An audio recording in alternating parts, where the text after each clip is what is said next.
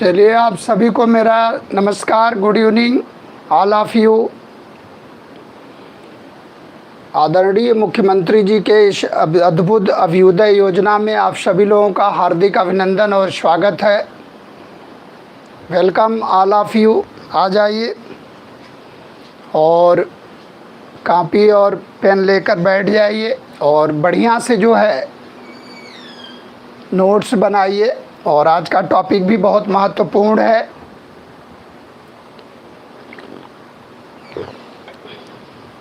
पिछले टॉपिक से हम लोग इसको लिंक करेंगे, थोड़ा सा उसका रिकैप करते हुए आगे बढ़ेंगे। और हमने भारतीय राष्ट्रीय कांग्रेस के बारे में आपको जो है एक तरह से बताया था कि उसके कारण क्या थे। यानी कि हम लोगों ने एक पॉइंट पढ़ा कि ये जो राष्ट्रीय चेतना आई, ये जो लोगों में एक सोच आ रही है, एक तरह से कह लीजिए कि भावना डेवलप हो रही है, राष्ट्रवाद, जिसको हम लोग नेशनल फीलिंग कहते हैं, नेशनलिज्म कहते हैं, उसके लिए फैक्टर्स क्या क्या थे, उस पर हम लोगों ने गहन अध्ययन किया कि पत्र पत्रिकाओं का योगदान रहा, पाश्चात्य शिक्षा का और जो है एक तरह से अंग्रेजी शिक्षा का योगदान रहा, और रेलवे का, संचार का योगदान रहा, और 1857 की जो क्रांति है, महासंग्राम है, उसके जो बलिदानी लोग थे उनका भी बहुत बड़ा योगदान रहा। क्योंकि किसी भी योगदान को भुलाया नहीं जा सकता। हमेशा एक चीज़ ध्यान रखना आपको कि कभी भी कारण का आप बखान करोगे तो कारण हमेशा पास्ट में मिलेगा, परिणाम फ्यूचर में आएगा और बीच में आप हो। जैसे आप अगर अच्छी तरह तैयारी नहीं करोगे तो उसका परिणाम रिजल्ट में आएगा, लेकिन परिणाम एक तरह से कह लीजिए फ्यूचर में होता है और कारण हमेशा जो है अतीत में होता है। इसलिए कहते हैं ना कि दीर्घकालिक कारण क्या है और तात्कालिक कारण क्या है। उसी तरह राष्ट्रवाद के लिए जो भारत में राष्ट्रवाद आ रहा है, उसका जो तात्कालिक कारण है, उसके लिए हमने बताया था कि लॉर्ड लीटन की जो प्रतिक्रियावादी नीतियां हैं वो इसके लिए जिम्मेदार थी। और लॉर्ड लीटन के यानी कि रिपन के समय में जो इल्बर्ट बिल विवाद है वो उसके लिए जिम्मेदार है। तो वो इमीडिएट फैक्टर है, यानी कि ढेर सारे फैक्टर पर हम लोगों ने अध्ययन किया। विवेकानंद का योगदान, दयानंद सरस्वती का योगदान, रामकृष्ण परमहंस का योगदान, इसको भुलाया नहीं जा सकता है। दयानंद सरस्वती, राजा राम मोहन राय का योगदान, द्वारिकानाथ टैगोर का योगदान, केशव चंद्र सेन का योगदान, ईश्वर चंद्र विद्यासागर का योगदान। यानी कि अगर सारे योगदान को देखा जाए तो ये कंट्रीब्यूशन है, इसको भुलाया नहीं जा सकता है। यानी कि एक तरह से अगर योगदान को देखा जाए तो विभिन्न प्रकार के कंट्रीब्यूशन दिखाई देते हैं। यानी कि धर्म और समाज सुधार को भी हम लोग जो है एक तरह से नेग्लेक्ट नहीं कर सकते, नज़रअंदाज नहीं कर सकते। तो तात्कालिक कारण के रूप में आपने देखा कि ऐसा क्यों हुआ कि कांग्रेस की स्थापना हो ही गई 80 के दशक में। उससे पहले आप स्थापित होने वाले महत्वपूर्ण राजनीतिक संगठनों के बारे में पढ़ लिया। यानी कि बंगाल में महत्वपूर्ण संगठन, मद्रास में महत्वपूर्ण संगठन, और बंबई में महत्वपूर्ण संगठन, और लंदन में महत्वपूर्ण संगठन। 4 आयाम से आपने महत्वपूर्ण संगठनों को देखा, जिसमें बंगाल में सबसे ज़्यादा संगठन मिले, जिसमें आपने देखा कि द्वारिकानाथ टैगोर के द्वारा जमींदारोरों की समस्या का समाधान करने के लिए बंगाल लैंड होल्डर्स सोसाइटी की स्थापना कर दी गई 1838 में। और 39 में फिर जो है विलियम एडम्स के द्वारा एक बंगाल ब्रिटिश इंडिया सोसाइटी की स्थापना कर दी गई, ब्रिटिश इंडिया सोसाइटी। और फिर एक आए जो है विलियम जॉर्ज थॉमसन आए 43 में, उन्होंने बंगाल ब्रिटिश इंडिया सोसाइटी की स्थापना कर दी। यानी कि पहले ब्रिटिश इंडिया सोसाइटी, फिर बंगाल ब्रिटिश इंडिया सोसाइटी, और फिर एक बहुत बड़ा संगठन आया जो राधाकांत देव जिसके संस्थापक थे, और वो जो है 1851 का है, ब्रिटिश इंडिया एसोसिएशन। बहुत बड़ी भूमिका उसकी रही। और फिर आपने देखा कि 70 के दशक में इंडिया लीग और इंडियन एसोसिएशन की बहुत महत्वपूर्ण भूमिका रही। भारत में जन जागृति लाने के लिए सुरेंद्र नाथ बनर्जी का बहुत बड़ा योगदान रहा है, जो कई संगठनों के एक तरह से संस्थापक रहे हैं। जैसे इंडियन एसोसिएशन 1876 में आनंद मोहन बोस और सुरेंद्र नाथ बनर्जी के द्वारा इंडियन एसोसिएशन की स्थापना कर दी गई। बाद में आप देखोगे इन्हीं के द्वारा इंडियन नेशनल कॉन्फ्रेंस 1883 में, जिसमें राम रतन लाहिड़ी की अध्यक्षता में कलकत्ता में पहला जो है अधिवेशन हुआ इसका, और इसका दूसरा अधिवेशन वही कलकत्ता में चल रहा था 85 में, जब राष्ट्रीय कांग्रेस का अधिवेशन बम्बई में हुआ। तो इसलिए ये पहले अधिवेशन में भाग नहीं लिए सुरेंद्र नाथ बनर्जी, और इन्होंने सिविल सर्विसेज की उम्र घटाने के लिए बहुत बड़ा एक आंदोलन चलाया। उसके बारे में भी हम लोगों ने अध्ययन किया। तो अब हम लोग बढ़ते हैं, यानी कि हम लोगों ने कारण जान लिया, और कारण में इमीडिएट कारण में आपको लीटन और रिपन को समझना जरूरी है। लीटन के समय में आपको ध्यान रखना 3 वायसराय को लगातार याद रखना आपको, और तीनों जो है 4-4 वर्षों के लिए आते हैं।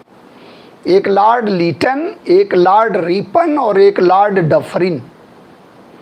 यानी कि 1876 से 80, 80 से 84, 84 से 88 और 88 से 92 तक लैंसडाउन, जिसके समय में डूरंड लाइन स्थापित हुई, यानी कि जो डूरंड सीमा रेखा है 1892 की, वो भारत और अफगानिस्तान के बीच में उस समय। तो आप देखो उस समय कौन थे, लैंसडाउन थे। तो इस तरह से थोड़ा सा हमें ध्यान रखना किसके समय में कांग्रेस की स्थापना हो रही है, लॉर्ड डफरिन के समय में, और इसके संस्थापक कौन बन रहे हैं, ए.ओ. ह्यूम, जो एक सेवा मुक्त ICS थे। इटावा में चीफ मजिस्ट्रेट के रूप में उनकी नियुक्ति हुई थी, जिसके बारे में हम लोग पढ़ेंगे अभी। तो इमीडिएट कारण के रूप में आप देखोगे जितनी नीतियां हैं लीटन के समय में, सब भारत में जाने अनजाने में असंतोष पैदा कर रही हैं। और सबसे बड़ी बात है कि शिक्षित वर्ग में असंतोष पैदा हो रहा है। आपको point to be noted, point बहुत बारीकी से ध्यान रखना है कि पहले किसान हमारा असंतुष्ट था, पहले हमारा शिल्पकार असंतुष्ट था, लेकिन अब जो है शिक्षित वर्ग में असंतोष की मात्रा बढ़ रही। और अगर ये दोनों एक हो गए तो एक बहुत बड़ा विस्फोट होगा, यानी कि बहुत बड़ा एक महासंग्राम होगा जो 1857 से भी ज्यादा होगा। तो इस उभरते हुए संचित असंतोष की सुरक्षित निकासी के लिए सेफ्टी वाल्व का कंसेप्ट आएगा, जो लाला लाजपत राय ने यंग इंडिया में 1916 में प्रस्तुत किया।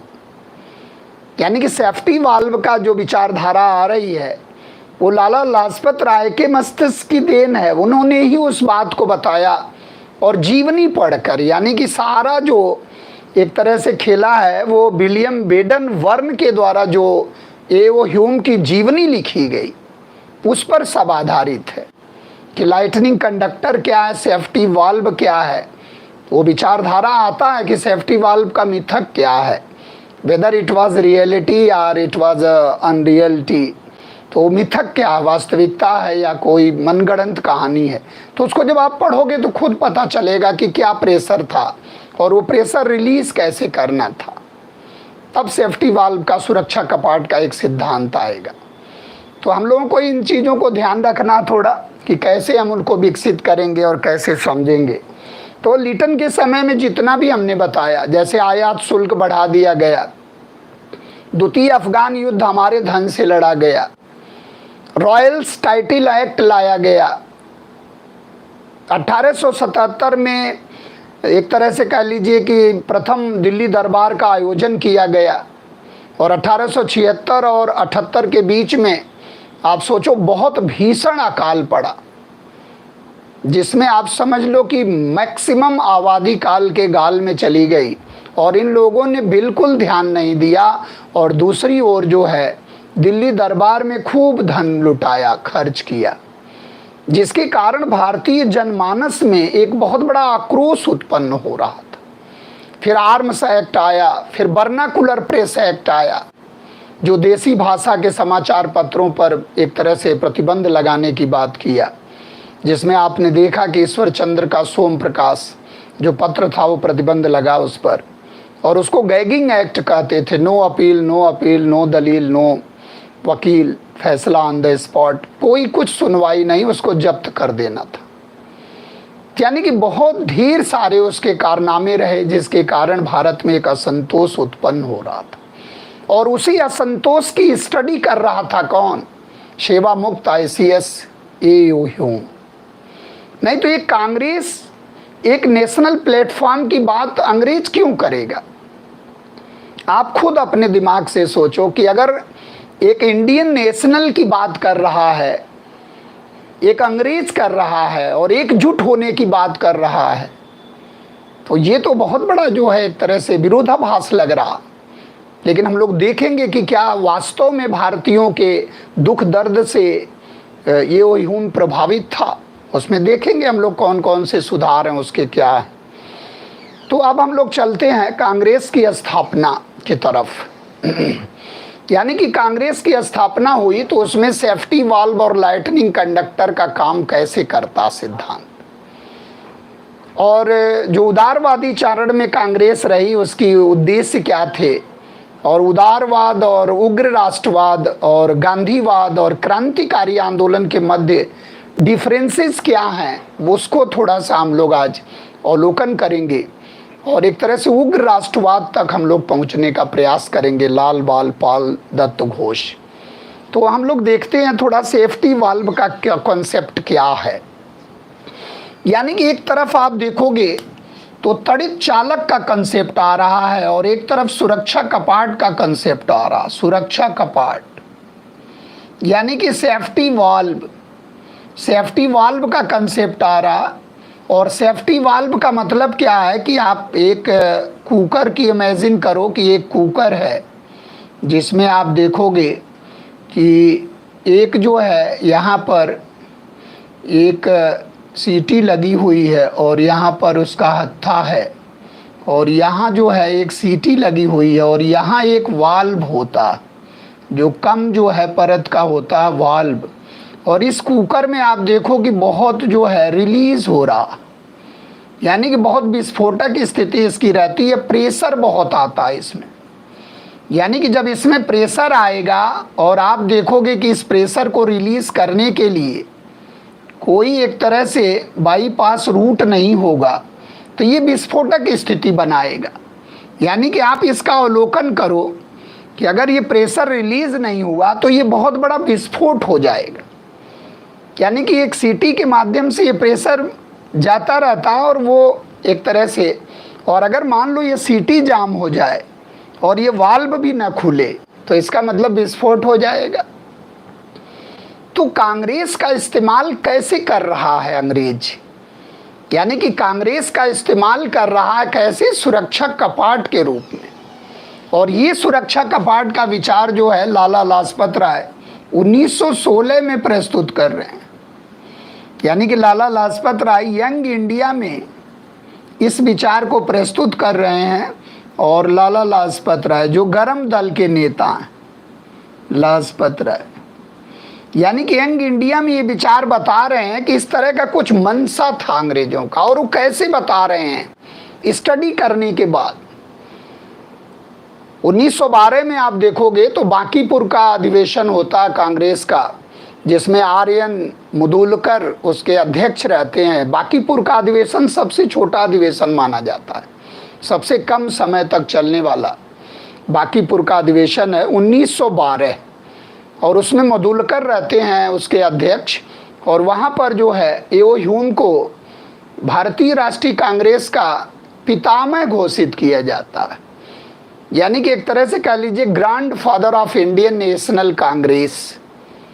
और उसी के बाद आप देखोगे तो उन्हीं के उसी वर्ष उनकी डेथ हो जाती है ए.ओ. ह्यूम की। और ए.ओ. ह्यूम की जब डेथ हो जाती है तो विलियम बेडन वर्न के द्वारा उनकी जीवनी लिखी जाती है 1913 में। तो जीवनी प्रकाशित की जाती है। उसी जीवनी के पढ़कर लोगों ने उसका जो है निकाला एसेंस। तो जब उस जीवनी को पढ़ा गया तो उसमें लिखा गया है कि कई जो है वायसराय से कई गुप्त मीटिंग इनकी होती थी। जब ये चीफ मजिस्ट्रेट हुआ करते थे तो कई गुप्त मीटिंग इनकी होती थी सरकार से। तो उसमें जो डिस्कस इन्होंने किया उससे ये निकल कर आया कि भारत में स्थिति जो है अनियंत्रित हो रही है, यानी कि विस्फोटक स्थिति हो रही है। क्योंकि जब आईएएस में क्वेश्चन आएगा तो आपको प्री प्रूफ करना पड़ेगा कि किस आधार पर आप कह रहे हो।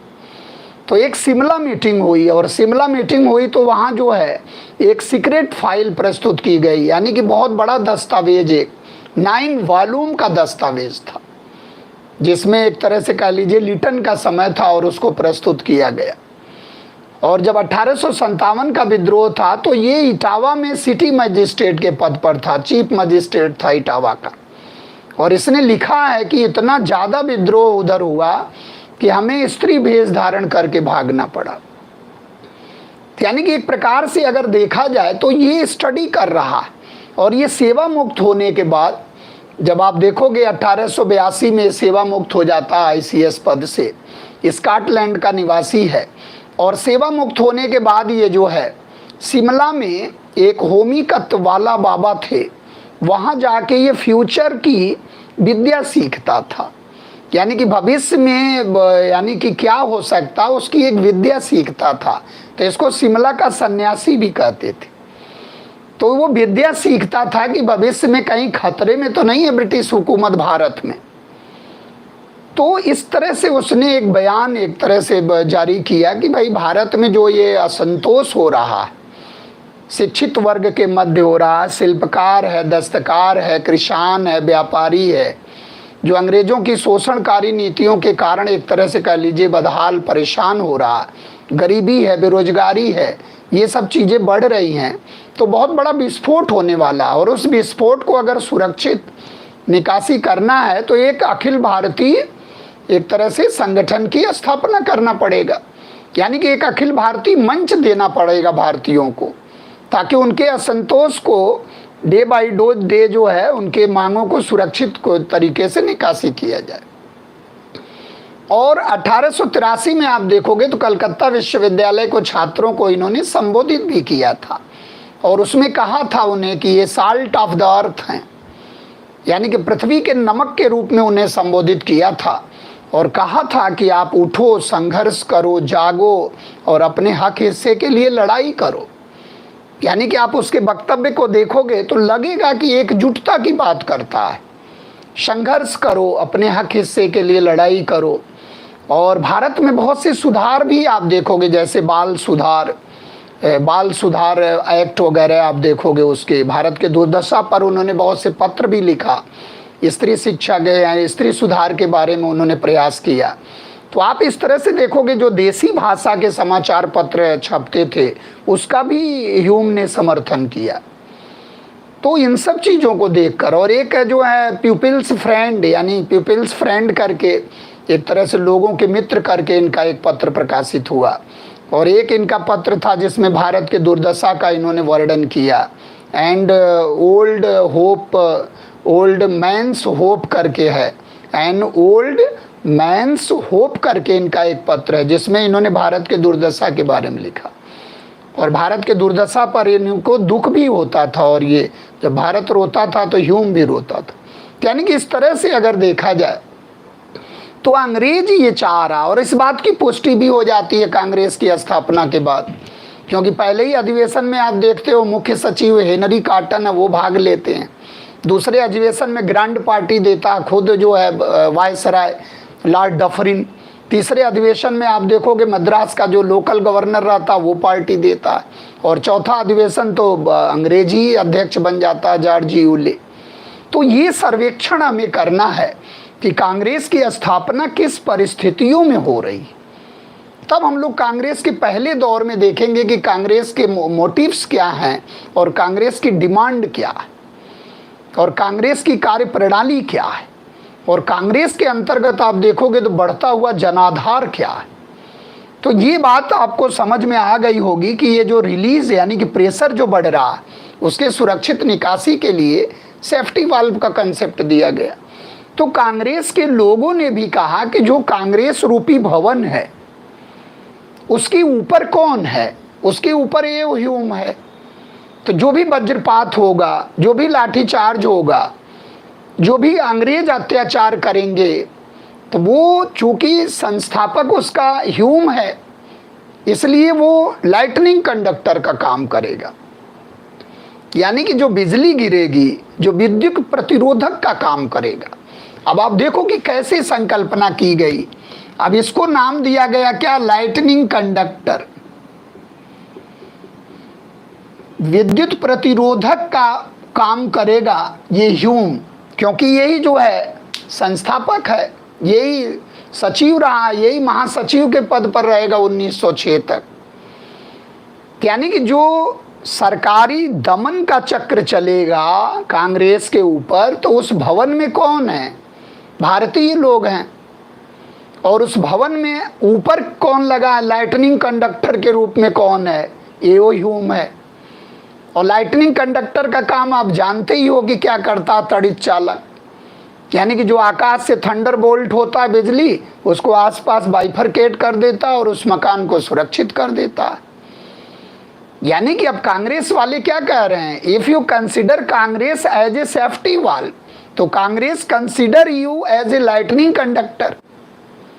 यानी कि अगर आप कांग्रेस को सेफ्टी वाल्व इमेजिन कर रहे हो, समझ रहे हो, तो कांग्रेस आपका इस्तेमाल कैसे करेगी? लाइटनिंग कंडक्टर के रूप में।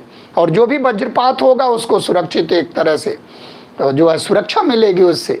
तो ये कंसेप्ट लेकर इसको आप अवधारणा को समझना। और ये जो है एक तरह से कह लीजिए कि और लाला लाजपत राय ने लिखा है यंग इंडिया में कि कांग्रेस लॉर्ड डफरिन के ही दिमाग की उपज। तो इस प्रकार से हम लोग देखेंगे कि कांग्रेस की स्थापना हो जाती है। और कांग्रेस के फर्स्ट दौर में आप देखोगे कि जो उदारवादी चरण है, हमने कहा ना कि 3 चरणों को आप अवलोकन करोगे, और इसका जो है एक आप देखोगे तो एक उदारवादी चरण है, उदारवादी चरण है जिसको लिबरल फेज कहते हैं, और एक उग्र राष्ट्रवादी चरण है, उग्र राष्ट्रवादी चरण है जिसको एक्सट्रीमिस्ट फेज कहते हैं, एक्सट्रीमिस्ट फेज, एक्सट्रीमिस्ट फेज कहते हैं। और एक गांधीवादी चरण, गांधीवादी चरण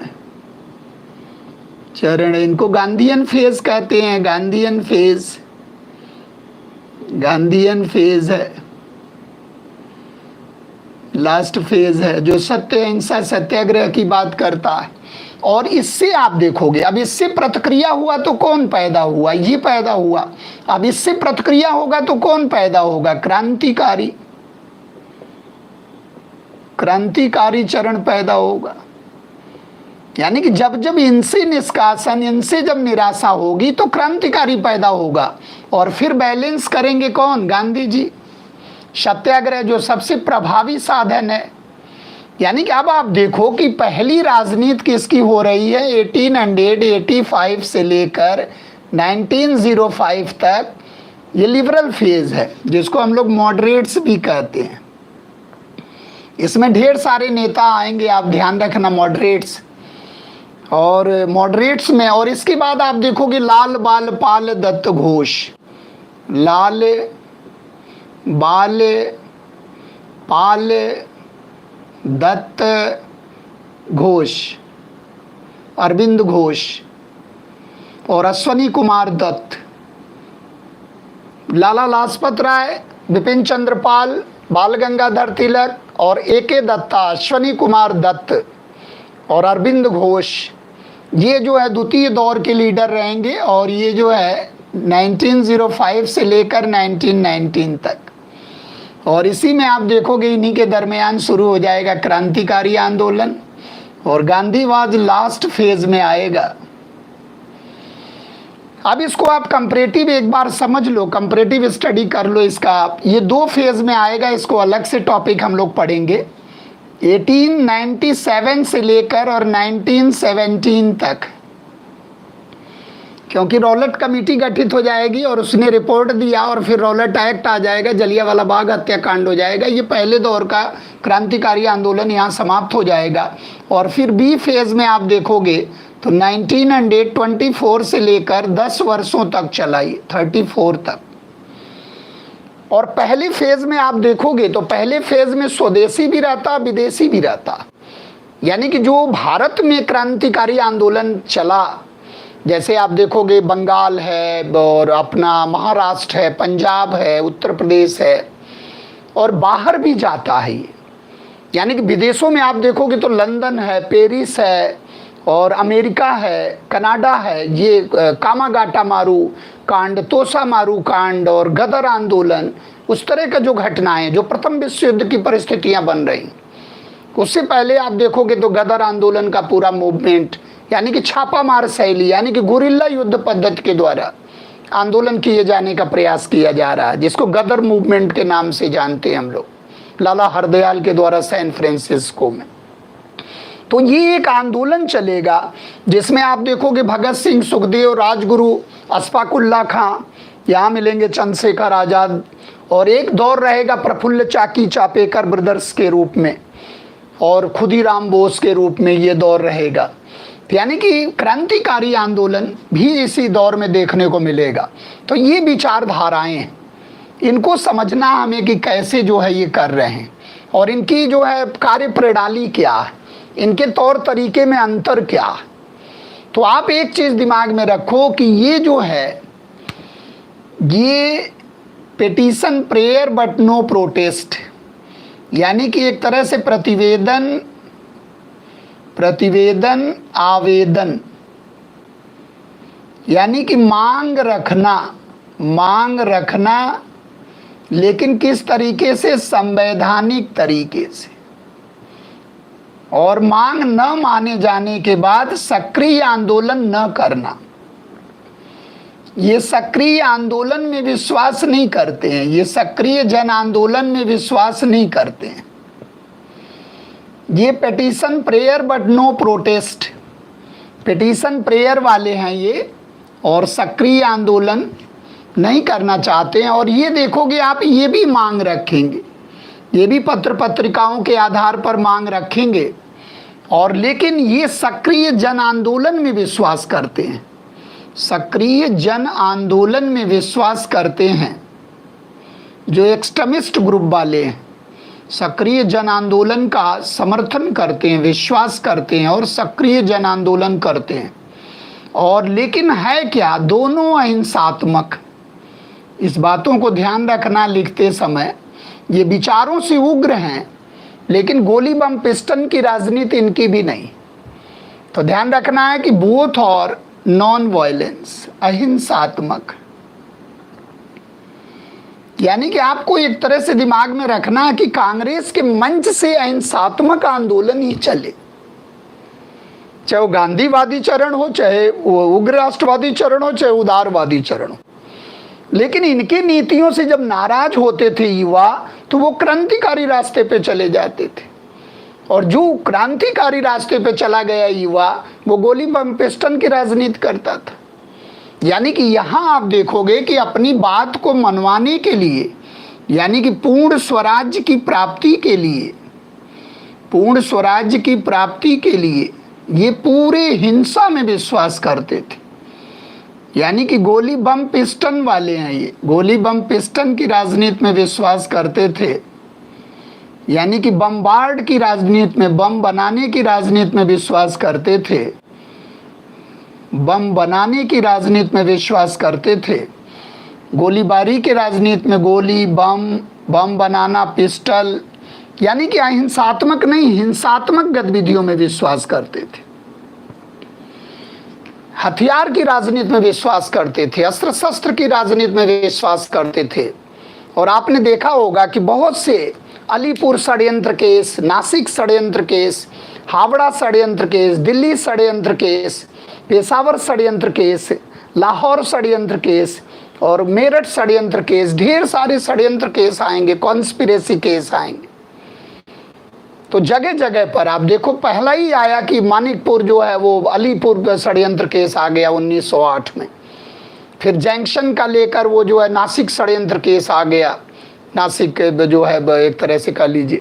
तो ये जो क्रांतिकारी हैं, रेवोल्यूशनरी जो हैं, ये युवा क्या कर रहे हैं कि हिंसक गतिविधियों को भी अंजाम दे रहे हैं और विदेशों से भी अस्त्र शस्त्र मंगाना और सप्लाई करना और बम की राजनीति। आपने देखा होगा कि फिलॉसफी ऑफ बम लिखा गया भगवती चरण वोहरा के द्वारा चंद्रशेखर आजाद के निर्देश पर फिलॉसफी ऑफ बम मैनुअल बनाया गया, यानी कि बम का दर्शन लिखा गया। उसमें हाउ टू मैन्युफैक्चर आरडीएक्स, यानी कि आरडीएक्स बनाने का उसमें सिखाया जा रहा, बम का मैनुअल सिखाया जा रहा। तो वो फिलॉसफी ऑफ बम एक तरह से पुस्तक ही लिख दी गई। तो ये अलग इनकी कार्य प्रणाली है और इनका एटीट्यूड एकदम क्लियर है कि हमें पूर्ण स्वराज्य चाहिए, आधे अधूरे में नहीं। और आप इनको देखो, ये जो है ये कहते हैं कि नहीं, हमें भीख नहीं मांगना, हम छीन लेंगे। यहाँ आप देखोगे कि राजनीतिक स्वराज्य जो है, यानी कि राजनीतिक स्वराज्य की मांग करते हैं, स्वराज्य, और इसको कहते हैं कि हम छीन लेंगे, हम किसी से भीख नहीं मांगेंगे। यानी कि political right, Swarajya is our political right and we shall have it. Swarajya मेरा जन्म सिद्ध अधिकार है और हम इसे प्राप्त करके रहेंगे, बाल गंगाधर तिलक। और यहाँ आप देखोगे तो स्वराज्य, स्वदेशी, स्वशासन, राष्ट्रीय शिक्षा की नीतियाँ आ रही हैं। आप कलकत्ता अधिवेशन में देखोगे तो मुखर हो रही हैं। 1906 में दादा भाई नौरोजी की अध्यक्षता में स्वराज्य, स्वशासन, राष्ट्रीय शिक्षा और एक तरह से स्वदेशी, यानी कि सारे कॉन्सेप्ट आ रहे हैं खुल के मंच से। और तो यहाँ एक चीज़ दिमाग में रखना कि ये भी अहिंसात्मक, ये भी अहिंसात्मक और ये भी अहिंसात्मक। ये किसके राजनीति में विश्वास करते हैं? सत्य, अहिंसा, सत्याग्रह। सत्य, अहिंसा, सत्याग्रह। सत्याग्रह को आप देखोगे तो सबसे प्रभावशाली साधन है मॉस। और यहाँ अखिल भारतीय आप देखोगे तो एक तरह से पार्टिसिपेशन मिलेगा और अखिल भारतीय आंदोलन चलेगा। जैसे सविनय अवज्ञा आंदोलन है, असहयोग आंदोलन है, भारत छोड़ो आंदोलन है। भारत छोड़ो आंदोलन में विड्रा ही कर लिया गांधी जी ने, कहा कि ये सबका है, सभी लोग करो, डू और डाई, कोई किसी का नेता नहीं होगा, नेतृत्व विहीन कर दिया। और बहुत जबरदस्त आंदोलन हुआ और समानांतर सरकारों का गठन हुआ और उसके बाद सरकार को ऐसा लगा कि अब चलना मुश्किल है भारत, और द्वितीय विश्व युद्ध के परिणाम भी आ गए। तो अंतर्राष्ट्रीय परिस्थितियां भी उनके जो है एक तरह से कह लीजिए कि प्रतिकूल रही। तो ऐसे में उनको जाना ही जाना उपनिवेश छोड़कर, और कोई विकल्प भी नहीं रहा।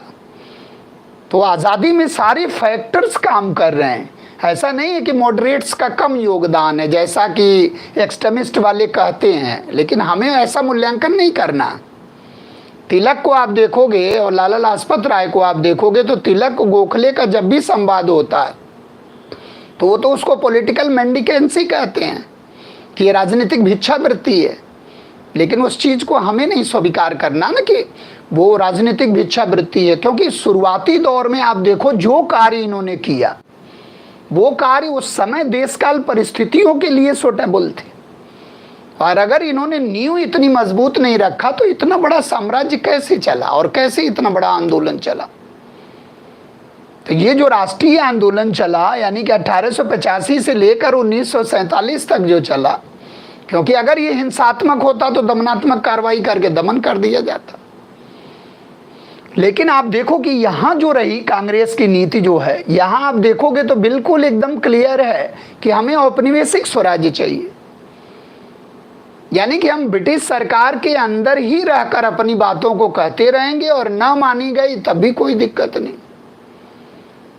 हमें जो है डोमिनियन स्टेटस चाहिए।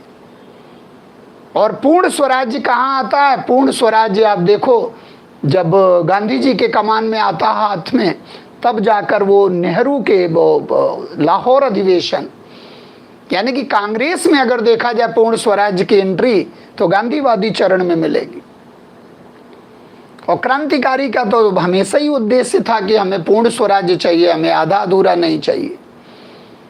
तो इनके तरीकों, तौर तरीकों को ध्यान में रखना है कि कांग्रेस की स्थापना होगी, उसके बाद इनके उद्देश्य क्या रहेंगे, इनकी मांग क्या है।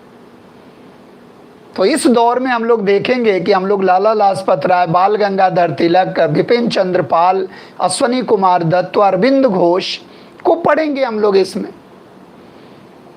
यानी कि आप एक तरह से देखो कि कभी कभी क्वेश्चन आता है कि गरम दल के उस नेता का नाम बताओ जो कि कांग्रेस का अध्यक्ष बनने में सफल हुआ। क्योंकि आप देखो कि कांग्रेस कभी उग्र राष्ट्रवाद के हाथ में ही नहीं रही। यानी कि जैसे इनकी एंट्री होती है बंग भंग से, बंग भंग में आप देखोगे तो क्रांतिकारी और उग्र राष्ट्रवादी और उदारवादी सब एक ही प्लेटफॉर्म पे मिलते हैं। उसके बाद आप देखो कि वो मुखर होती चली जाती है विवाद की राजनीति, स्वदेशी और बहिष्कार के मुद्दों पर लेकर दोनों में फ्रैक्शन होने लगता है। पूर्ण बहिष्कार और आंशिक बहिष्कार को लेकर, दोनों वस्तुओं और सेवाओं के बहिष्कार को लेकर, नेतृत्व को लेकर, स्थान आयोजन स्थल को लेकर फ्रैक्शन की राजनीति होने लगती है। और लास्ट तक देखोगे आप धीरे धीरे जाते जाते सूरत अधिवेशन में बट ही जाते हैं। और सूरत अधिवेशन में 1907 में नरम दल वालों ने गरम दल वालों को राजनीति से बाहर कर दिया। और ये कांग्रेस एक तरह से कह लीजिए कि ये अंग्रेजों की जीत रही। 1906 में मुस्लिम लीग का गठन हो गया, 1907 में सूरत में विभाजन हो गया। तो अंग्रेज तो चाल चल रहे हैं बिल्कुल। और फिर अलीपुर का षड्यंत्र केस आ गया, उसमें अरविंद घोष को गिरफ्तार कर लिया गया और बिपिन चंद्र पाल को गवाही के लिए बुलाया गया। उन्होंने इनकार कर दिया, कोर्ट ऑफ कंटेम्प्ट लगा के इनको भी 6 माह के लिए जेल में डाल दिया गया। यानी कि आप देखो अरविंद घोष भी संन्यास ले लेंगे, लाला लाजपत राय चले जाएंगे। यानी कि वैक्यूम आ जाएगा, पॉलिटिकल वैक्यूम छा जाएगा। और फिर जो है वही 6 वर्षों तक मंडले जेल की सजा हो जाएगी। यानी कि पत्रकारिता के लिए जेल जाने वाले पहले अगर नेता आ जाए तो केसरी में लिखने के लिए तिलक को जेल हुआ था 1882 में। फिर आप देखो कि पूना में जब प्लेग फैला था उस समय भी उन्होंने केसरी में लिखा था, तो वहाँ 4 माह का हुआ, फिर इनको जेल हुआ 18 माह का और फिर 6 वर्ष का हुआ। यानी कि 96-97 में भी जेल हुआ इनको, 82 में भी जेल हुआ और 1908 में भी जेल हुआ। मंडले जेल चले गए, यानी कि वर्मा जेल की सजा हुई। और 1914 में इनकी रिहाई होती है। तब ये होम रूल लीग आंदोलन के बारे में जो है फिर यानी कि इनका भी एटीट्यूड गरम से नरम हो जाता है। तो एक प्रकार से आप ये चीज़ देखो कि कैसे कैसे वैक्यूम आ जाएगा इसमें। लेकिन हमें देखना है कि इनके मोटिव्स क्या रहे। यानी कि जो कांग्रेस की स्थापना हो रही है उसमें पहले दौर में हम लोग प्रवेश कर रहे हैं, तो कांग्रेस की स्थापना किस लिए हो रही है और इसका उद्देश्य क्या है। तो आप देखोगे कांग्रेस की स्थापना के समय में, आप देखोगे कि कांग्रेस की स्थापना के समय में इनके 6 उद्देश्य रहते हैं। यानी कि इनके उद्देश्य जो है और 9 इनकी मांगे रहती हैं। अब उद्देश्य में आप देखोगे तो इनका उद्देश्य क्या है, यानी कि एक तरह से भारत के समस्त नेताओं को जो है एकजुट करना। यानी कि एकजुटता, यानी कि भारत के समस्त नेताओं को एकजुट करना। यानी कि पहले तो एकजुट करें, हम एकता लाएं, यानी कि एकता स्थापित करें। और फिर इसके बाद आप देखोगे फिर इनको क्या था कि विभिन्न मुद्दों पर वाद विवाद करना, यानी कि विचार विमर्श करना संवैधानिक तरीके से।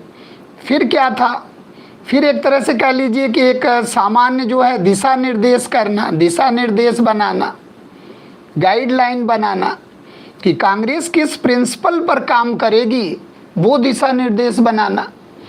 यानी किस प्रिंसिपल पर कांग्रेस काम करेगी, कोई न कोई सिद्धांत होना चाहिए कि कब आंदोलन रोकना है, कब आंदोलन चलाना है, एक मतलब गाइडिंग प्रिंसिपल्स होना चाहिए। और फिर इन्होंने क्या कहा कि जो जनता की समस्याएं हैं उनको यानी कि जन समस्याओं को सरकार तक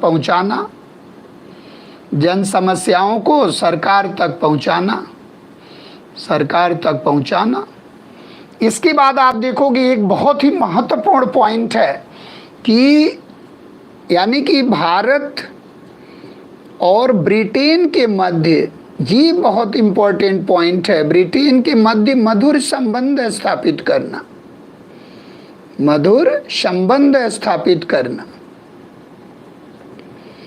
और जाति पाति का भेदभाव मिटाना, जाति पाति का भेदभाव मिटाना, जाति पाति का भेदभाव मिटाना, और एक एकता स्थापित करना, तभी तो स्ट्रांग होगा।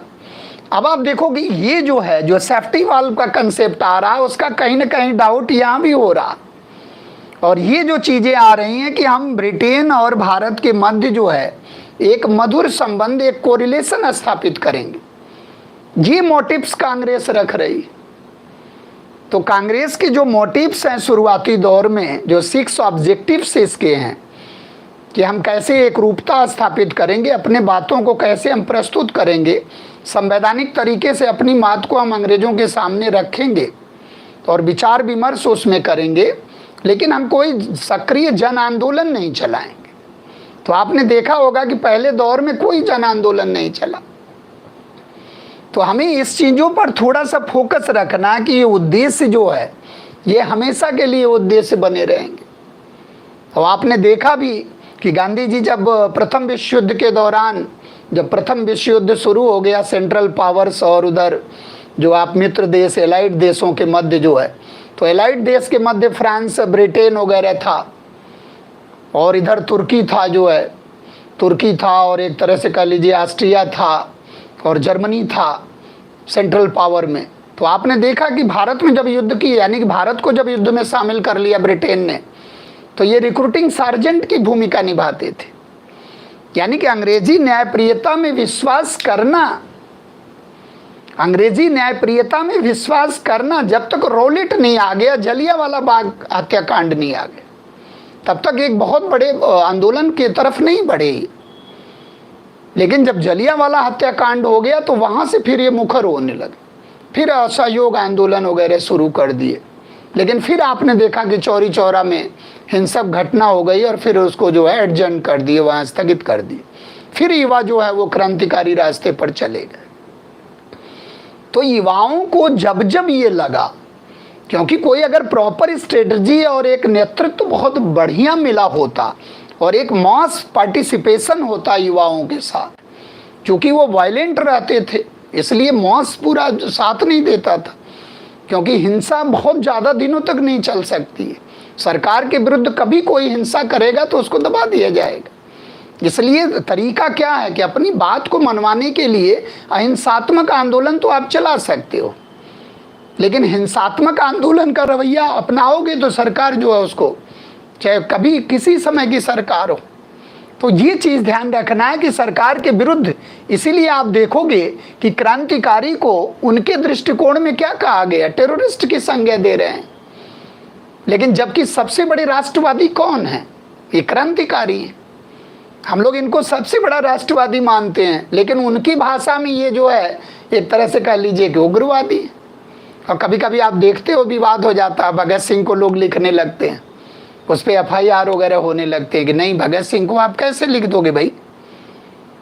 तो उनके लैंग्वेज में अगर अंग्रेजी आईने से देखा जाए तो वो बात वो सही लग रही है, लेकिन अगर हम अपने आईने से देखें, क्योंकि आज तो हम आज़ाद भारत में रहते हैं, तो आज कोई कैसे कह देगा और किस आधार पर कह देगा। जो देशभक्त हैं, जो बहुत बड़े पैट्रियोटिक फीलिंग्स के हैं, जिनके एक कहीं संकेत भी नहीं है कि जो एक तरह से देश के साथ कोई इस तरह का किए हों, तो उन्हें आप कैसे कह सकते हो। जो हंसते हंसते फांसी के फंदे पर चढ़ गए भारत को आज़ादी दिलाने के लिए, उनको आप कैसे आरोप लगा सकते हो। तो ये तो बहुत बड़े एक तरह कर लीजिए कि क्रांतिकारी हैं, राष्ट्रवादी। तो एक प्रकार से हमें ये ध्यान रखना है कि ये जो 6 मोटिव्स थे इनके, ये गाइडलाइन बनाया गया कि कांग्रेस इस तरह से चलेगी। और इसके बाद आप देखोगे कि इनकी मांगे क्या रहती हैं, डिमांड 9 डिमांड रहती है। जब कांग्रेस का आप अधिवेशन देखोगे तो इनकी जो है मांगे रहती हैं, 9 मांगे इनकी रहती, और सामान्य सी हैं, आप याद कर लोगे उसको। एक तो पहला ही बात ये क्या कहते हैं कि भारत में, यानी कि एक तरह से कह लीजिए भारत में शाही आयोग का गठन किया जाए। शाही आयोग की डिमांड करते हैं। और आप देखोगे कि 1886 में लोक सेवा आयोग का गठन होता है। लोक सेवा आयोग यानी कि स्टैट्यूटरी कमीशन करके एक गठित होता है, लोक सेवा आयोग करके। और फिर आप देखोगे कि ये कहते हैं कि जो भारत में बेतहाशा सैन्य खर्चे हो रहे हैं, सैन्य खर्चों को कम किया जाए, सैन्य खर्चों को कम किया जाए, खर्चों को कम किया जाए। इसके लिए भी आप देखोगे ये इनकी डिमांड रहती है। और जो केंद्र और प्रांतीय कार्यकारिणी का विस्तार किया जाए, केंद्रीय व प्रांतीय कार्यकारिणी का विस्तार किया जाए, कार्यकारिणी का विस्तार किया जाए और उसमें भारतीयों को सदस्यता दिया जाए। जो आप देखेंगे समय समय पर कार्यकारिणी का विस्तार होगा, उसमें कहीं ना कहीं इनके प्रयासों का परिणाम है। उसमें भारतीयों को सदस्यता दिया जाए, सार्वजनिक मुद्दों पर प्रश्न पूछने का एक तरह से कह लीजिए अधिकार मिले, पूरक प्रश्न पूछने का अधिकार मिले, अल्पकालिक एक तरह से कह लीजिए डिस्कस करने का अधिकार मिले, मतदान करने का अधिकार मिले।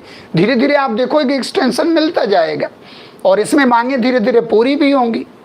भारत में एक तरह से भारतीयों की सदस्यता को सुनिश्चित किया जाए कार्यकारिणी परिषद में, और निर्वाचन हो जो है, निर्वाचन की प्रक्रिया भारत में लाई जाए। बजट पर हम वाद विवाद कर सकते हो, बजट पर हम बहस कर सकते हो, मतदान में हम भाग ले सकते हो। ये सारी पॉइंट्स आप देखोगे तो धीरे धीरे डिमांड इनकी शुरू हो जाएगी। तो शुरुआती दौर में इनके आप देखोगे प्रयास भी होंगे। जैसे 1897 में आप देखोगे तो बेलबाई आयोग का गठन किया जाएगा सैन्य खर्चे को कम करने के लिए। 1892 में आपने देखा कि वो परिषद अधिनियम, द्वितीय भारत परिषद अधिनियम आया इन्हीं के प्रयासों से, जिसमें एक तरह से प्रश्न पूछने का अधिकार मिला, बजट पर एक तरह से डिस्कस करने का अधिकार मिला। तो इस तरह से और निर्वाचन की प्रक्रिया धीरे धीरे रिकमेंडेशन शुरू हो गया। निर्वाचन तो प्रत्यक्ष रूप से नहीं हुआ, लेकिन without using the name of election, election should be held in India. यानी कि एक तरह से कह लीजिए कि रिकमेंडेशन हुआ, सिफारिश के द्वारा चयन की प्रक्रिया शुरू की गई। तो जब जिला बोर्डों और नगर पालिका के लोगों के द्वारा यानी कि विश्वविद्यालयों के द्वारा जब सिफारिश की जाने लगी, तो इस तरह से कहा गया कि वो अप्रत्यक्ष रूप से निर्वाचन ही है। तो एक प्रकार से ये चीज़ों को थोड़ा सा ध्यान रखना है। इसके बाद आप देखोगे कि एक इनकी बहुत बर्निंग मांग रहती है कि जो भारत परिषद है लंदन में, इसको ख़त्म किया जाए। जो आप देखे होंगे कि 1858 में जब कंपनी समाप्त हो जाती है तो लंदन में एक 15 सदस्यीय भारत परिषद का गठन होता है। तो कांग्रेस की पहली डिमांड रहती है कि ये जो भारत परिषद है ये फालतू का खर्च है, इसका खर्च जो होता है, और धन कहाँ से जाता है? भारतीय राजकोष से। बताओ, संस्था लंदन में है, संस्था लंदन में है और 15 सदस्य है और उसका पूरा तामझाम है, उसको खर्च जो है, और उसके खर्च कहाँ से मीट आउट करते हैं? भारतीय राजकोष से। और ये 1919 तक करते रहेंगे। तो पहले ही डिमांड रहा कि ये शोषण मूलक है संस्था, इसको खत्म किया जाए। लेकिन अंग्रेजों के कान बहरे होते थे। डिमांड आज करोगे आप, पूरा कई दशक के बाद करेंगे वो। 1935 के भारत शासन अधिनियम में जाके ये समाप्त हो रहा, और 1947 में जाके राज्य सचिव का पद समाप्त हो रहा, जो आपने पढ़ा है संवैधानिक विकास में। जब तक चीज़ों को आप लिंक करना नहीं सीखोगे, तब तक इतिहास में आप महारत नहीं हासिल करोगे और न पेन चला पाओगे आप। क्योंकि लगातार एक फ्लुएंट पेन यानी कि फ्लुएंसी के साथ आप लेखन करोगे तभी मेंस में नंबर मिलेगा। इंटरप्टेड लेखन नहीं करना, एक फ्लुएंट धारा प्रवाह लिखने का अभ्यास करना। और धारा प्रवाह आप तभी लिख सकते हो जब कंटेंट आपके तारतम्यता के साथ जुड़े हों, जब आप विषय वस्तु को बिल्कुल तारतम्यता के साथ समझे हों, तब आप एकदम धारा प्रवाह लिख सकते हो, नहीं तो नहीं लिख पाओगे। तो भारत परिषद को समाप्त कर दिया जाए। फिर इसके बाद ये कहते हैं कि जो सिविल सेवा में उम्र है, यानी कि आईसीएस की जो उम्र है उसको जो है बढ़ा दिया जाए। अधिकतम उम्र जो है बढ़ाकर 23 कर दिया जाए। जो आपने देखा होगा कि जो आईसीएस की उम्र है उसको जो है घटाकर कितना कर दिए थे, 19 कर दिए थे। लॉर्ड लिटन के समय में आईसीएस की अधिकतम उम्र 19 कर दिए थे, और जिसके कारण सुरेंद्रनाथ बनर्जी ने बहुत बड़ा एक एजिटेशन शुरू कर दिया। तो ये चीज़ हमें दिमाग में रखना है कि आईसीएस की उम्र को भी बढ़ाकर, और लास्ट में आप देखोगे ये भी मांग जो है, यानी कि 1892 93 तक जाते जाते ये जो है 23 हो जाता है, जबकि आपने देखा कि लिटन के समय में ये 19 वर्ष हो गया था। पहले ये 23 से शुरू हुआ, फिर 21 हुआ, फिर एक तरह से कह लीजिए 22 हुआ, फिर 21 हुआ, और फिर जो है 19 हुआ, और फिर उसके बाद जो है उदारवादी चरण में जो है इसकी जो अधिकतम उम्र सीमा थी वो 23 कर दी गई। तो इस प्रकार से कुछ आप देखते हो। इसके बाद आप देखोगे समय समय पर इनकी डिमांड होती रही, और भारत में जो है एक तरह से कह लीजिए कि सिविल सेवा का आयोजन हो। जैसे आप देखते हो कि लंदन में सिविल सेवा का आयोजन हो रहा, तो भारत में भी सिविल सेवा का आयोजन होना चाहिए। तो आप देखो ये कहते हैं कि भाई भारत में भी सिविल सेवा की परीक्षा का आयोजन हो, सिविल सेवा की परीक्षा का आयोजन हो।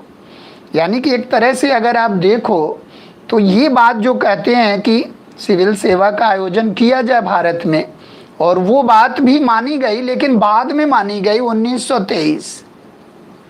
ये चीज़ दिमाग में रखना।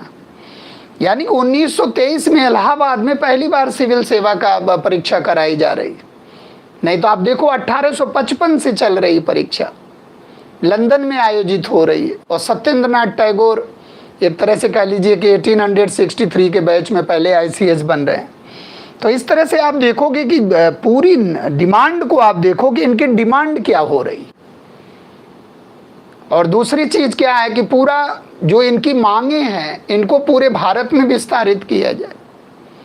सबसे बड़ी बात है कि ये जो उपयुक्त इनकी डिमांड है इसको पूरे भारत में प्रसारित किया जाए, ये भी एक बहुत बड़ा डिमांड है। और इसी में इन्होंने एक डिमांड रखा, यानी कि इसको समस्त भारत में प्रसारित किया जाए, समस्त भारत में विस्तारित किया जाए इस मांग को।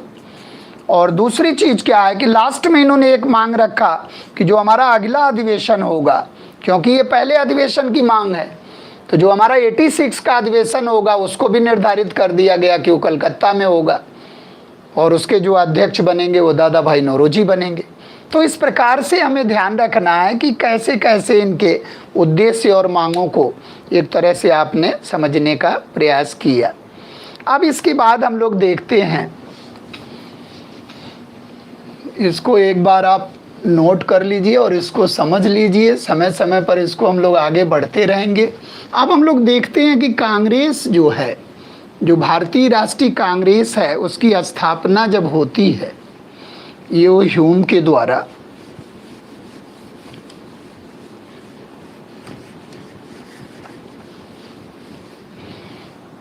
आईएनसी की जो स्थापना होती है, भारतीय राष्ट्रीय कांग्रेस आईएनसी, आईएनयू की स्थापना होती है पहले, INU change into INC, INC. अब आप देखो कि कैसे कैसे ये सिचुएशन आ रही है कि भारतीय राष्ट्रीय संघ चेंज इनटू कांग्रेस, यानी कि यूनियन जो है वो कांग्रेस में रिप्लेस हो जाएगा। और ये आप देखोगे तो सेवा मुक्त आईसीएस हैं एओ ह्यूम के द्वारा, अलेन ऑक्टोबियन ह्यूम। और ये सेवा मुक्त आईसीएस हैं स्कॉटलैंड के निवासी, स्कॉटलैंड के निवासी हैं, सेवा मुक्त आईसीएस हैं, सेवा मुक्त आईसीएस हैं। और इनके द्वारा जो है प्यूपिल्स फ्रेंड करके, ये ध्यान रखना, फ्रेंड करके एक पत्र भी निकाला जाता था, और एन ओल्ड मैन्स होप, एक वृद्ध व्यक्ति की आशाएं, इसी में भारत की दुर्दशा के बारे में इन्होंने लिखा है। एन ओल्ड मैन्स होप करके जो है, एंड ओल्ड मैन्स होप, आशा, ये करके इन्होंने लिखा। और शिमला का सन्यासी भी इन्हें कहा जाता है।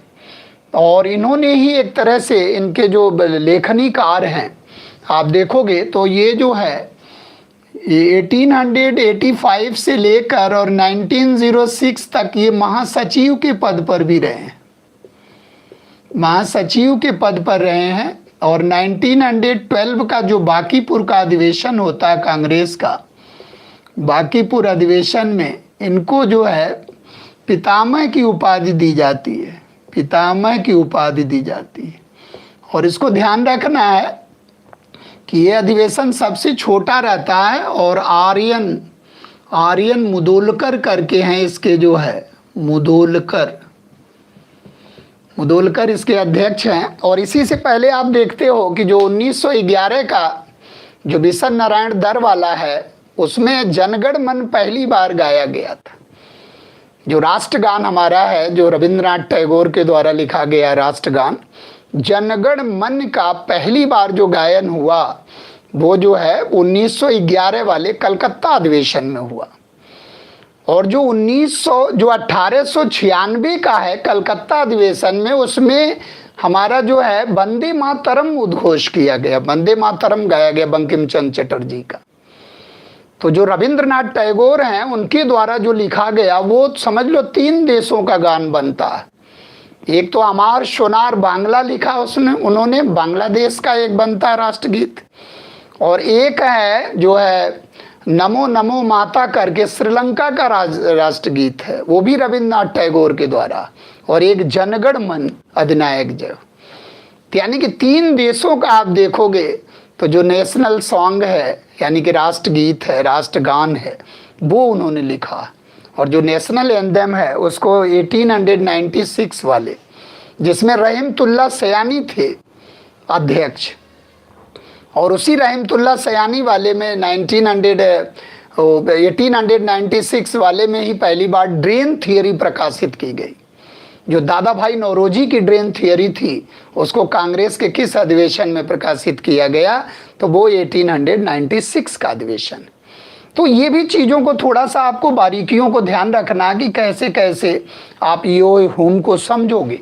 तो आप देखो कि जब इन्होंने लेटर लिखा, एक अखिल भारतीय जो है आप एक तरह से 83 से इनका प्रयास शुरू हो जाता है, और इन्होंने कलकत्ता विश्वविद्यालय को छात्रों को संबोधित करते हुए उनको एकत्र होने की बात किया कि आप एक हो जाओ, आप पृथ्वी के साल्ट हो, साल्ट ऑफ द अर्थ हो। और उनको एक तरह से प्रमोट करने की बात किया कि आप जो है एक मंच पर आओ। तो एक अखिल भारतीय मंच की बात करने लगे, और इन्हीं के द्वारा जो है परामर्श दिया गया, क्योंकि अमली जामा जो है उसको वैधानिक रूप कौन देगा, उसको वैधानिक रूप डफरिन देगा, क्योंकि लॉर्ड डफरिन है। तो ये याद रखना आपको, एक तो लॉर्ड लिटन को याद रखना, लिटन जो 1876 से लेकर और 80 तक है, और फिर लॉर्ड जो है रिपन को याद रखना, रिपन 4-4 साल के लिए, इसलिए याद ही रहेगा आपको, भूलने का कोई सवाल ही नहीं है। फिर आ जाएगा आपका लॉर्ड डफरिन, डफर करके है डफरिन, इसको तो आप आराम से याद रखोगे, 88 तक है, क्योंकि इसी के समय में आप देखोगे सब हो जाएगा, कांग्रेस का रुख भी कठोर हो जाएगा। फिर आएगा लॉर्ड लैंसडाउन आएगा, और ये भी इत्तेफाक से 4 ही वर्ष है, तो ये 4 वर्ष वालों को तो निपटा ही देना। और इसके बाद एल्गिन आएगा, एल्गिन जो है लॉर्ड एल्गिन, जो कहता है कि तलवार के बल पर जीता गया, तलवार के बल पर ही भारत को रखा जाएगा। और उसके बाद फिर लॉर्ड कर्जन आएगा, जो कहता है कि तरह तरह का आरोप लगाता कांग्रेस के प्रति। अब सोचो आप कि कांग्रेस के प्रति सरकारी रुख कैसे कठोर होने लगता है, आप देखना कैसे कैसे ये बात होती है, बनती है। यानी कि जो शिमला का सन्यासी है, स्कॉटलैंड का निवासी ह्यूम, वो परामर्श करता है किससे, लॉर्ड डफरिन से, और कहता है कि आप जो है एक संस्था के बारे में सोचो, जो अखिल भारतीय मंच हो, और हम लोग उसी मंच की तैयारी कर रहे थे। हम लोग उसी मंच के बारे में तो सोच रहे थे, हम लोग उसी मंच के बारे में तैयारी कर रहे थे कि भाई एक हमें प्लेटफॉर्म मिल जाए ताकि हम 1857 के विद्रोह के तरह की फिर न मात खा जाए।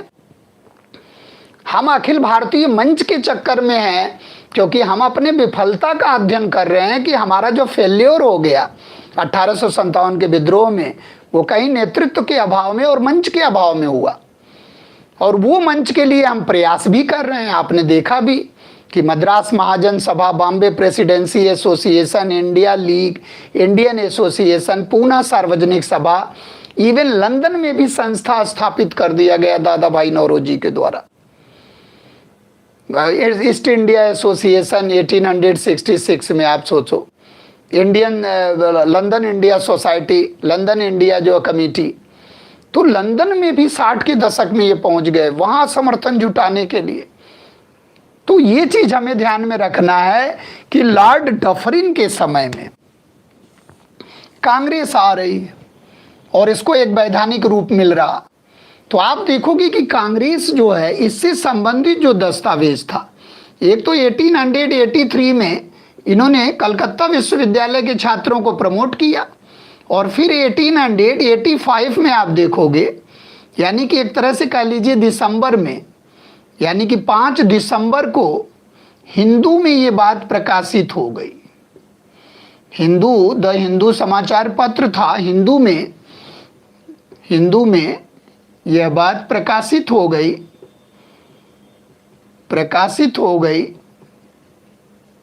गई कि जो है INU का जो है, पहले इसका नाम INU रहता है, INU का जो प्रथम सम्मेलन है, इसको गौर से ध्यान रखना, प्रथम सम्मेलन पुणे में होगा। पुणे में प्रस्तावित था। इंडियन नेशनल यूनियन का पहला सम्मेलन पुणे में प्रस्तावित था, लेकिन प्लेग फैल जाने के कारण वहां पर यह सम्मेलन संपन्न नहीं हो पाया, जिसके कारण फिर ये सम्मेलन जो है कहाँ हो रहा है, तो ध्यान रखना है आपको। इसको जो है एक ग्राफ के माध्यम से हम लोग समझते हैं कि 1885, इसको हम लोग जो है एक ग्राफ के माध्यम से देखते हैं कि आप देखो कैसी कैसी जो है 1885 का पहला सम्मेलन होता है। 1885 में बम्बई में सम्मेलन होता है, बम्बई में सम्मेलन होता है, और यहाँ जो है WC बनर्जी को बनाया जाता है, व्योमेश चंद्र बनर्जी को बनाया जाता है, जो ईसाई हो जाते हैं। तो पहले सम्मेलन के अध्यक्ष ईसाई हैं, व्योमेश चंद्र बनर्जी। और यहाँ आप देखोगे तो यहाँ जनाधार जो है, आप ये देखो कि जनता का जनाधार कैसे कैसे बढ़ रहा सम्मेलनों में।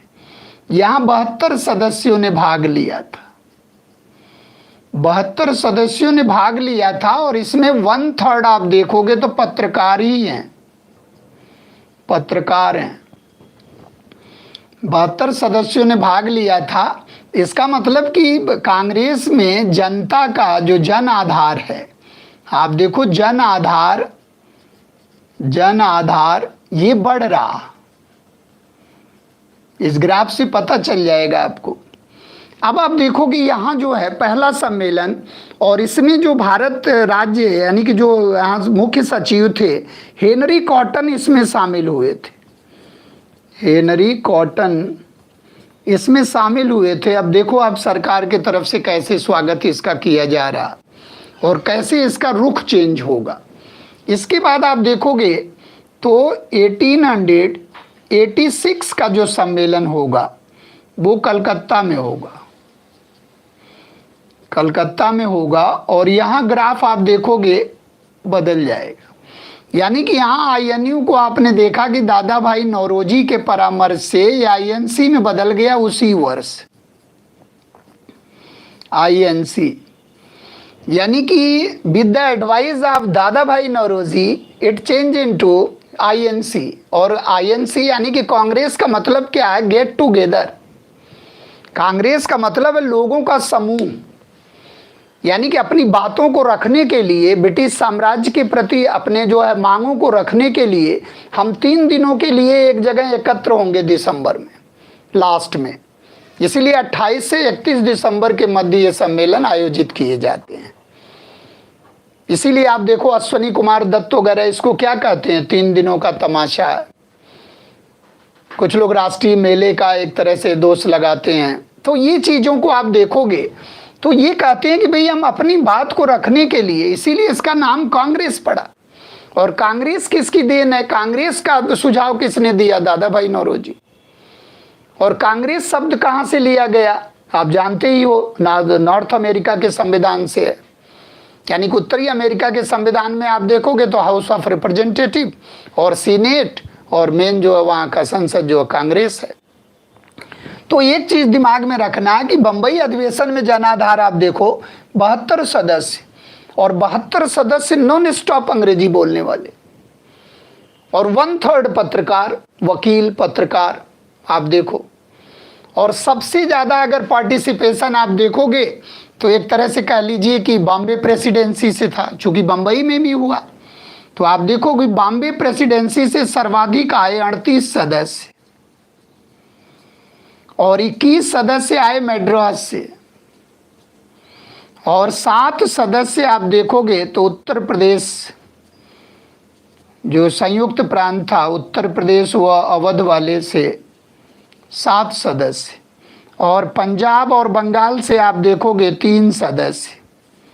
बंगाल बहुत कम पार्टिसिपेशन था, और पंजाब, इसीलिए इन्होंने दूसरा अधिवेशन वहीं आयोजित कर दिया।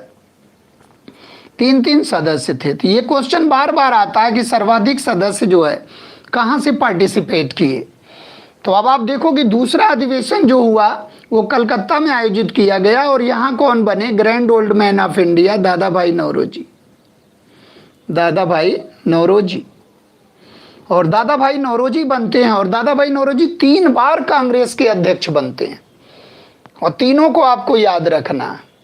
एक जो है 1886 में, और एक आप देखोगे 1893 में, यानी कि लाहौर अधिवेशन रहता है, और एक आप देखोगे बहुत चर्चित अधिवेशन है कलकत्ता अधिवेशन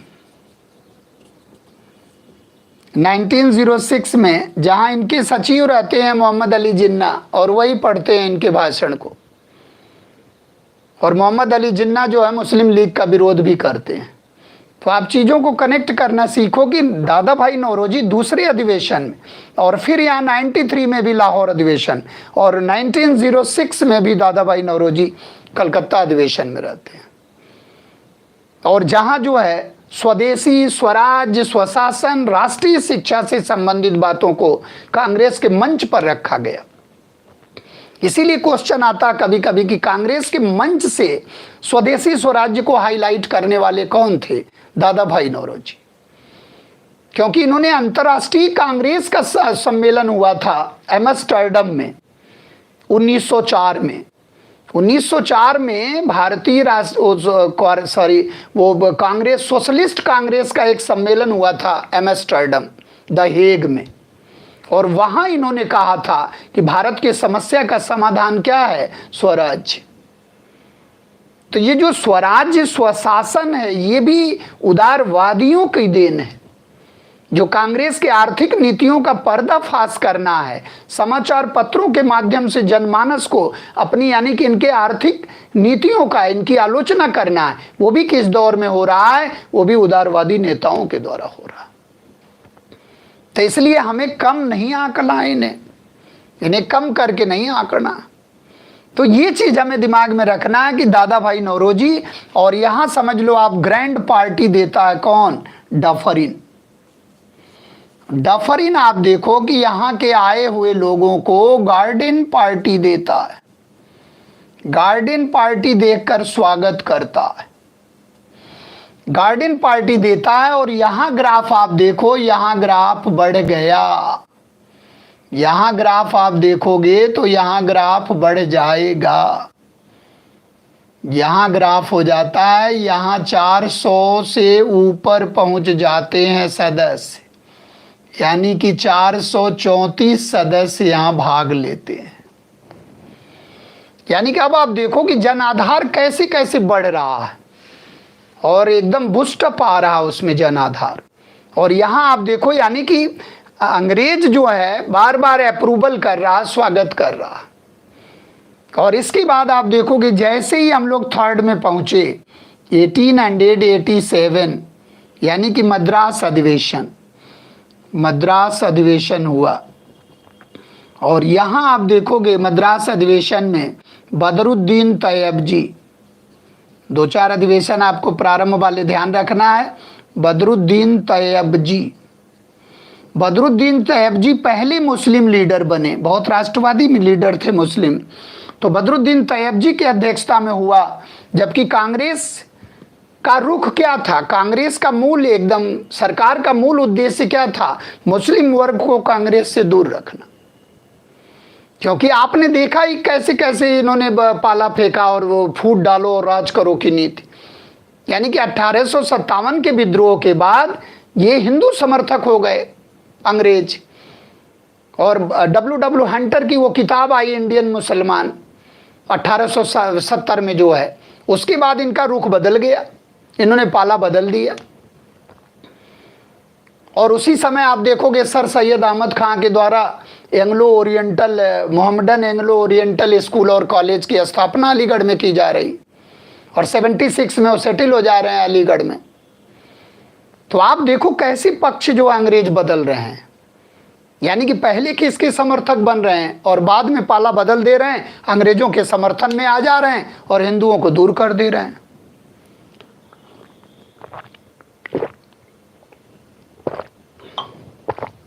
तो ये चीज हमें ध्यान रखना कि कैसे कैसे ग्राफ बढ़ रहा है। और रोकते रोकते आप देखो बदरुद्दीन तैयबजी ही आ गए, और यहाँ मद्रास का जो स्थानीय गवर्नर था उसने स्वागत किया कांग्रेस का। अब आप देखो यहाँ भी रुख सही है, यानी कि मद्रास का जो स्थानीय गवर्नर है, मद्रास का स्थानीय गवर्नर ये स्वागत कर रहा।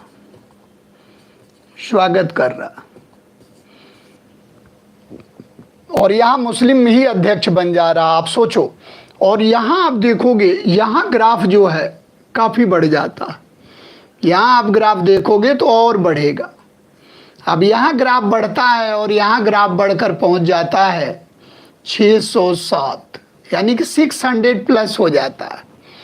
और इसके बाद आप देखोगे तो कांग्रेस का रुख, बिल्कुल कांग्रेस के प्रति सरकार का रुख कठोर हो जाएगा। और यहाँ इलाहाबाद में सम्मेलन होता है, और यहाँ आप देखोगे कि जब रुख देखा गया तो यहाँ जॉर्ज यूले ही अध्यक्ष बन गया, जॉर्ज यूले। और यहाँ आप देखोगे संख्या बेतहाशा वृद्धि हो गई, और यहाँ आप देखोगे तो ये पहुँच जाते हैं कहाँ, यहाँ पहुँचते हैं ये 1248, यानी कि 1200 प्लस पहुँच जाते हैं, और जॉर्ज यूले इसका अध्यक्ष बन जाता है। अब आप देखोगे अंग्रेज ही इसका अध्यक्ष बन गया। इसीलिए कहते हैं ना कि कांग्रेस का जो नेचर था वो सेकुलर रहा शुरू से। आप देखो पहले के अध्यक्ष कौन है, ईसाई, दूसरे के अध्यक्ष कौन है, पारसी, तीसरे के अध्यक्ष कौन है, मुस्लिम, और चौथे के अध्यक्ष कौन है, अंग्रेज।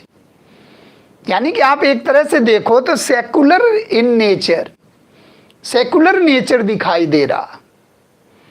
और यहां तक आते आते आप देखोगे कांग्रेस के प्रति अंग्रेजी रुख कठोर होने लगा। और इसके बाद आप देखो, इसके बाद तो आप देखोगे 1800 प्लस पहुंच जाएगा, यानी कि जो नेक्स्ट सम्मेलन है। और एक चीज और आप ध्यान रखना, 1887 में भारतीय सुधार समिति की स्थापना दादा भाई नौरोजी ने लंदन में कर दिया। भारतीय सुधार समिति की स्थापना दादा भाई नौरोजी लंदन में कर रहे हैं, इंडियन रिफॉर्म कमेटी। और 88 में आप देखोगे कि इंडियन कमेटी की स्थापना की गई डिगवी के नेतृत्व में, जहां से इंडिया नामक पत्रिका निकलती थी, वो भी दादा भाई नौरोजी के प्रयासों से।